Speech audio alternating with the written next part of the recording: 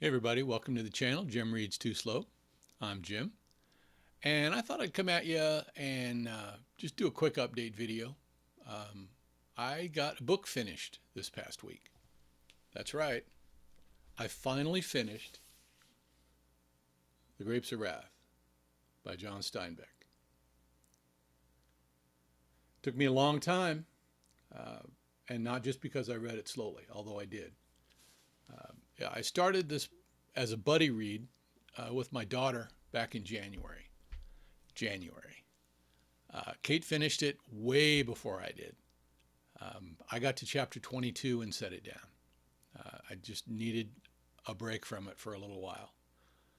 Read some other things, never intending to abandon it. I just needed a little breather. This book is really kind of a downer. Uh, that said, I I also want to add that it is a masterful piece of literature. I would encourage any American to read it. Um, it was published in 1939. It won the Pulitzer Prize. It won the National Book Award. And apparently, it had a lot to do with Steinbeck winning the Nobel Prize in 1962. So, finally, I got back to it. And I read those last 8 chapters. The story is just so unrelentingly bleak in a very real way. It's heartbreaking. It's frustrating. It's infuriating. And it's supposed to be all those things. It's a call to action, which I think probably also is why it has such a history of being banned. This book has been banned and burned for its political commentary, for its social commentary, for its use of profanity, its treatment of religion, its sexual content, its encouragement of, God forbid, labor unions. Any reason that people who do not like this book's message could come up with has been used. But I believe it's a very important book. The story in The Grapes of Wrath takes place during the Dust Bowl days of the Great Depression in the 1930s. At that time, people migrated west, partly because their farms were dried up by drought and just blew away when the winds came. Along with that, though, the banking system, which Steinbeck refers to early on in the book as the monster, that system decided that it could no longer make enough money from tenant farming. It was really nobody's fault, the small farmers were told. And the bankers hated to see it happen, but the monster just had to be fed. There was nothing they could do about it. Nothing anybody could do about it. So the small farmers had to go. You can go anywhere you want. We don't care. You just can't stay here. So hundreds of thousands of Americans left their homes. 2.5 million people migrated from the Plains States during that period. Not necessarily in search of a better life, just mainly for a means to keep on living. They just needed work. They were told that there was plenty of work picking produce in California, the land of opportunity. So they left. And when they got there, they found out that they were just part of a plan to reduce the cost of production. They were discriminated against. They were taken advantage of. They were hated. They were feared. They were mistreated.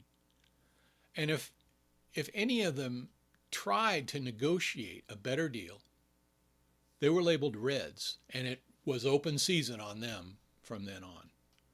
They became subjects of violence from law enforcement, citizens groups, and growers associations.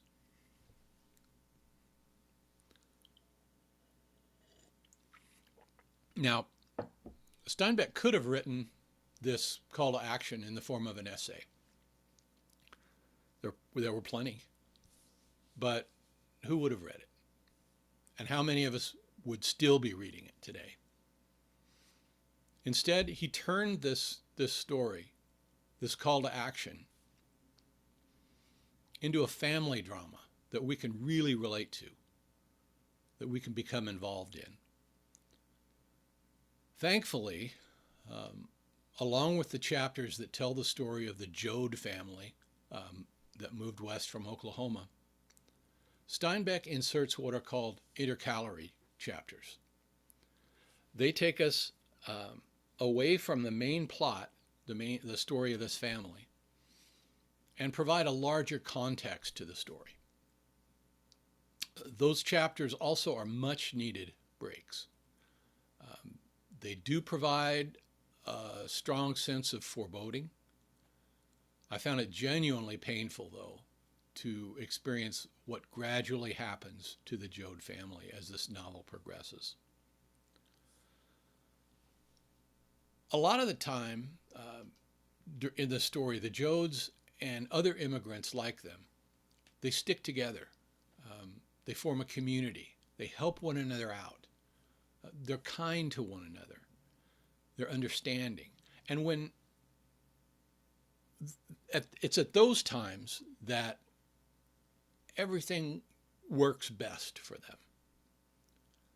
They show a tremendous potential for community and solidarity. But the fact remains that they are stuck in this economic system. And I think Steinbeck does a great job of shining just a glaring spotlight on this. I kept thinking of a passage from a speech that I ran across several years ago by an Irish politician and activist, Bernadette Devlin McCalliskey. I ran across this a few years ago, and it really interested me, and I still think of it from time to time. To paraphrase her, the Joads and others like them are stuck in a system that is working. It's working great. It's just not working for them. The system was never designed to benefit them.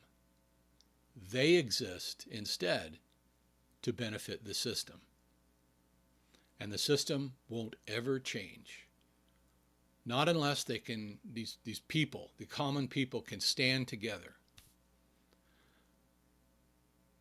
Because there's just too much invested in keeping things the way they are. I think if we look around us today, we'll see that this book is still very relevant. There's a lot of hope in The Grapes of Wrath, but I have to say that most of it seems to come just in glimmers, in possibilities, and in potential. And maybe that's enough. It's not a book that supports the myth that if you just work hard enough, if you put in the effort, you can pull yourself up by your own bootstraps and you can make it. Not at all. I am glad I read this book. I think it was worth my time. It was time well spent, as hard a read as it was for me. And I would definitely recommend it. Just be ready. And I hope your experience, if you haven't read it, is more pleasant than mine. If you have read it, I'm sure most of you have, let me know what you thought of it. So, that is my reading of The Grapes of Wrath.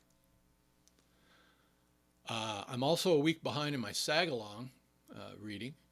I just started the second section of Egil's Saga. I have no worries, though, that I'll get that done on time. It's a very interesting read. I'm enjoying it.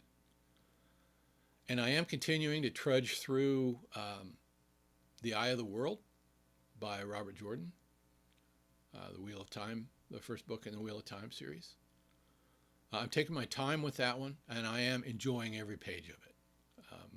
I have The Great Hunt, Volume 2, all queued up and ready to jump into as soon as I finish it. So that's what I've been up to. I hope you're all well and enjoying this wonderful spring weather. Since my last video in which I announced that spring was finally here, it's snowed at least twice. We've also gotten some hail, some heavy rain, some gale force winds. So if it's not spring, something definitely is happening weather-wise. Anyway, until next time, have a good one, BookTube.